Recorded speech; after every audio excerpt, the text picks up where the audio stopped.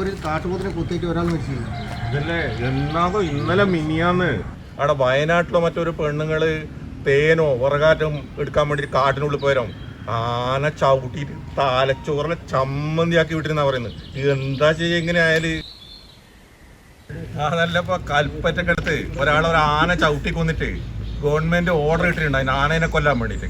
കുറെ നാളായി ഡോക്ടർമാരും ഫോറസ്റ്റുകാരൻ്റെ പുറകെ നടക്കുന്നു. എന്നിട്ടെന്തെങ്കിലും ആനേനെ കിട്ടിയാ എന്താ കഥ? ആന ആനേന്റെ പാട്ടിൽ പോകും. നമ്മുടെ നിയമം തന്നെയാണ് ഇതിനെല്ലാം തടസ്സം. കാരണം രാവിലെ മയക്കുപിടി വെച്ചുകൂടാ, ഉച്ചക്ക് വെച്ചുകൂടാ, മഞ്ഞിന്റെ സമയത്തും വെച്ചുകൂടാ. പിന്നെ ഇത് എപ്പോ വെക്കാനാണ്? ആന എന്നെ വെടി വെച്ചോ എന്ന് അവർ മുമ്പ് പോയി നിൽക്കോ. പിന്നെ എന്താ പറയുന്നത്? എന്താണോ രണ്ടുപേരും കൂടെ ഒരു ആനക്കാര്യം നിങ്ങളുടെ ഫോറസ്റ്റിനുള്ളിൽ പോയി ആനയുടെ പേരിൽ പോയത്. ആനപ്പേടിയെ കുറിച്ച് പറഞ്ഞുകൊണ്ടിരിക്കുകയാണ്. ആനയെ കാര്യം അവള് പറഞ്ഞുകൊണ്ടിരിക്കുന്നേടാ.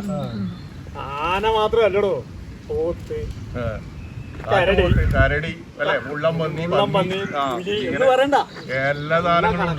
അയ്യോ ഇതിനിടയ്ക്ക് ചെലവാക്കുന്ന കുറെ നായിനെ പിടിച്ചോണ്ടുപോയി. അതല്ലേ വന്ധീകരണം ചെയ്തെന്ന് പറയുന്നത്. ഏടാ അതിന്റെ ഡ്രസ്സും നമുക്ക് കാണുന്നില്ല. പിന്നെ കണക്കായി അതെല്ലാം ചെയ്യാൻ നടന്നാൽ ഇവിടെ നായിനെ തൊട്ടാലും പ്രശ്നമാണ്. ഇവിടെ ഇതിനിടയ്ക്ക് കഴിഞ്ഞ ആഴ്ച ഞാൻ ഉമ്മറപ്പൊയിലെ കൂടെ പോയിക്കൊണ്ടിരിക്കുമ്പോൾ രാത്രിയിലായിരുന്നു. അപ്പോൾ ഒരു വലിയൊരു പന്നി വന്ന് എൻ്റെ വണ്ടീനെ മുമ്പ് ചാടി. എൻ്റെ വണ്ടീനെ ബോണറ്റെല്ലാം അങ്ങ് അടിച്ചു പോയി.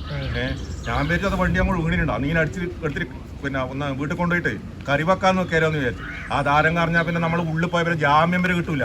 നമ്മളെ കൊല്ലാൻ വന്ന കാര്യമൊന്നും ആർക്കും അറിയില്ല. ഞാൻ ഇതിനിടെ വരുമ്പോൾ പുളിങ്ങോത്ത് വെച്ച് വലിയൊരു പന്നിയൊക്കെ എനിക്ക് കടന്നു പോകാതിരിക്കാൻ പറ്റുമോ? പന്നീരെ പുറകെ ഞാനും വന്ന് പന്നി ഇങ്ങോട്ട് കയറി ഞാൻ അങ്ങോട്ട്. ഇതാണ് ഇതിപ്പോ അറിയോ, നമ്മൾ ഈ പാലം പണിതിട്ട് എന്തിനാണ് കോടികൾ മുടക്കി പണിത പാലായിരുന്നു. ഇതിപ്പോ മൃഗങ്ങൾക്ക് വന്നിട്ട് നേരെ നമ്മളെ പുളിങ്ങോത്ത് ടൗണിലേക്ക് വരാം. സാധനം മേടിക്കണ്ടവർക്ക് അതിനു വേണ്ടി മാത്രമേ വെച്ചിരിക്കുന്നത്. അവർക്ക് സാധനം മേടിക്കണ്ടേ? നമ്മൾ ബൈക്കിൽ നടന്നു പോകുമ്പോൾ ഒരു നായി നമ്മളെ കടിച്ചാൽ നമുക്ക് തല്ലിക്കൊല്ലാൻ പറ്റുമോ?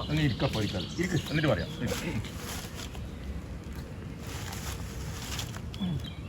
നമ്മുടെ ജില്ലാ പഞ്ചായത്ത് പ്രസിഡന്റ് ഇതിനിടയ്ക്ക് സുപ്രീം കോടതിയിൽ കേസ് ഫയൽ ചെയ്തിട്ടുണ്ട്.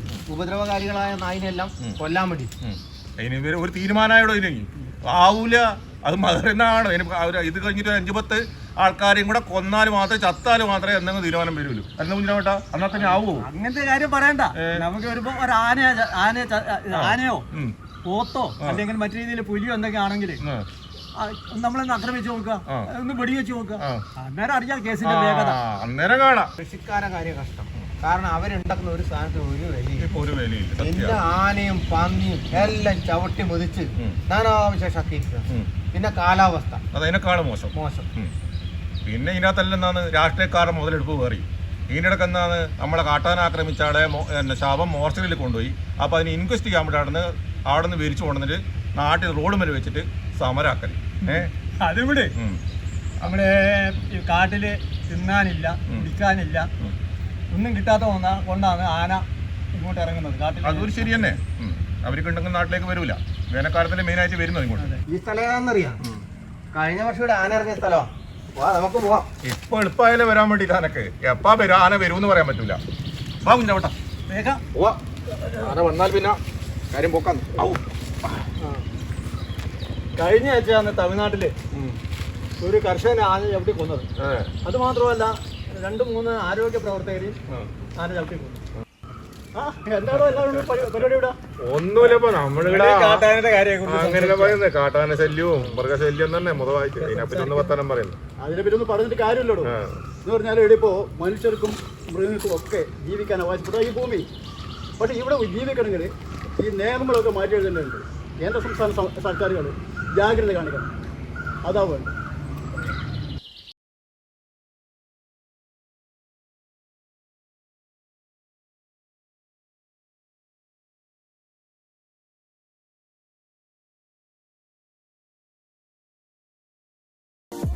+2 പഠനം കഴിഞ്ഞില്ലേ? ഇനി എന്തെന്ന് സംശയം ബാക്കിയാവുമ്പോൾ സാധാരണക്കാരന് പഠിക്കുവാൻ ഒരു കോളേജുണ്ട്. ചെറുപുഴയിൽ സെന്റ് മേരീസ് നഴ്സിംഗ് കോളേജ്. 2 വർഷത്തെ നഴ്സിംഗും ലാബ് ടെക്നീഷ്യൻ കോഴ്സും പഠിക്കുമ്പോൾ തന്നെ ശമ്പളത്തോടു കൂടി ജോലിയും കിട്ടും. ആഴ്ചയിൽ 500 രൂപ വീതം മാത്രം ഫീസ് അടച്ചാൽ മതി. പിന്നെ വീട്ടമ്മമാർക്കും ഇതേ ഫീസിൽ നഴ്സറി ടീച്ചേഴ്സ് ട്രെയിനിങ് കോഴ്സുമുണ്ട്. ഇതോടൊപ്പം സ്പോക്കൺ ഇംഗ്ലീഷ്, കന്നഡ കോഴ്സുകൾ എന്നിവ സൗജന്യമായി. അഡ്മിഷൻ ഉറപ്പാക്കൂ. കാൽനൂറ്റാണ്ടിന്റെ സേവന പാരമ്പര്യവുമായി സെന്റ് മേരീസ് നഴ്സിംഗ് കോളേജ്, അമ്പലം റോഡ്, ചെറുപുഴ. ഫോൺ 9947771550,